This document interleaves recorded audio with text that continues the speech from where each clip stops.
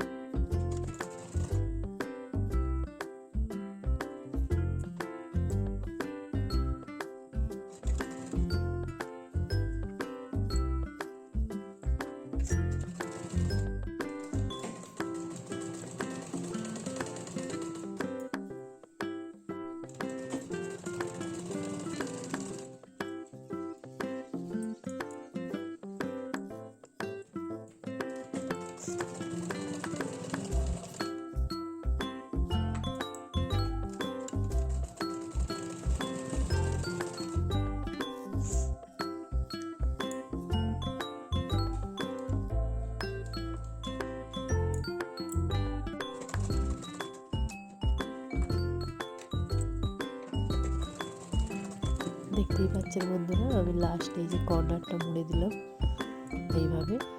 তো আমাদের কাঁথা তৈরি। কত সুন্দর দেখুন, ডিজাইনার ব্ল্যাঙ্কেটের মতো লাগছে জিনিসটা। এই হাইটটা এত সুন্দর হয়েছে যে বড়রা কেউ ইউজ করতে পারে হালকা ঠান্ডাতে। তো যদি ভালো লেগে থাকে ভিডিওটি আর এই কাঁথাটি, অবশ্যই কমেন্টে জানান, ভালো লাগলেও জানান, খারাপ লাগলেও জানান। অবশ্যই লাইক, কমেন্ট করুন, শেয়ার করুন। চ্যানেলটি যদি সাবস্ক্রাইব না করে থাকেন তো অবশ্যই সাবস্ক্রাইব করুন। ধন্যবাদ বন্ধুরা।